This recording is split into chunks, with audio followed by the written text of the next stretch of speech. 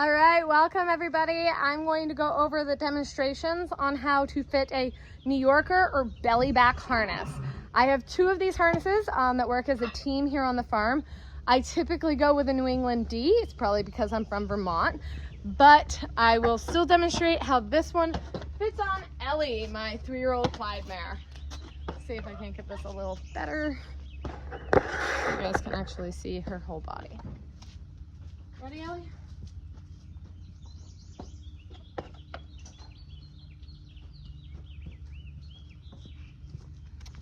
This compartment or situation is called a collar. It actually goes over their head and they push into it. A lot of people think that they actually pull, but instead they're actually, in fact, pushing their shoulders into this, which pulls the wagon. You can unbuckle. Some of them have this handy dandy little hat and hinge thing, clip. Some of them have an actual like belt buckle looking. I prefer to not train to have them use that because we are unable to take their collars apart when we're doing their show harnesses. So it's best if you just train them to accept this going over their heads and coming back off as well.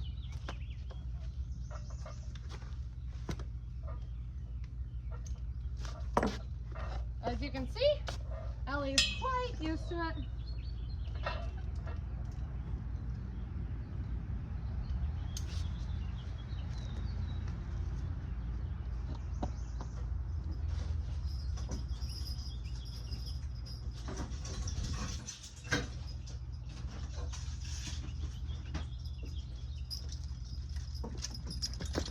The next part is the harness. This is a synthetic biophane harness, so that way it is washable.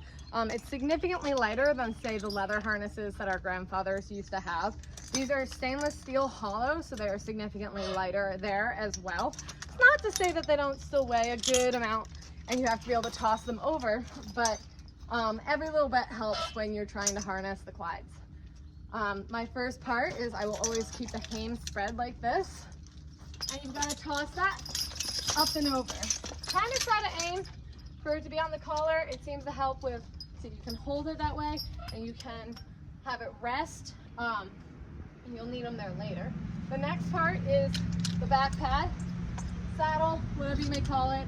It doesn't do too many functions if I'm being honest, but that will be the next part that you kind of adjust over. Then you've got to rotate and you're going to have to get your traces. These part is made out of chain, so it makes it significantly heavier, but that is going to be your next section that you want tossed over.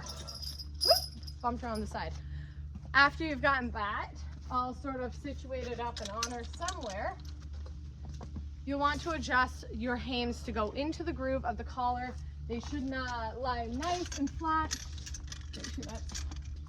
Into the groove. Make sure the groove is on this side as well. Then once you've gotten them in the groove on both sides, you're going to end up wanting to make sure that you get this buckle up here nice and tight. Buckle in, back to itself. Slide this over as far as it can go and tighten it. After, buckle it in all by itself. From there, you want to secure the next part on that will be holding it onto the horse itself. So that's going to be back here at the back.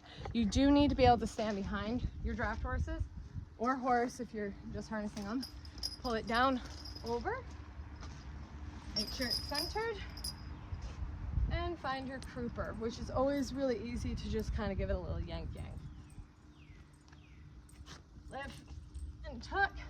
You want the crupper to be tight enough that that does not tickle underneath being loose, but not so tight that it's going to rub and leave marks. Then nice and spread out. We'll pick up this trace that I dropped. Then we head back to the front.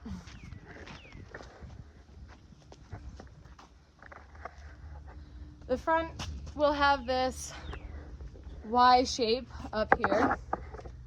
This situation, I unbuckle, bring around to the other side, I like personally to hang this up. I'm a short person, so I'd rather not drag. That goes between your legs, and this is where you get the belly backer. Flip and flip. That is going to be their braking support. So if they need to stop the wagon. Sort out my saddle. This is a belly band, not a girth. So do not tighten this as much as you can. It's actually supposed to hang pretty loose. It's just keeping things like the belly backer from hanging loose. You have now applied your own New York belly backer harness. So have a great day, and I hope I taught you something.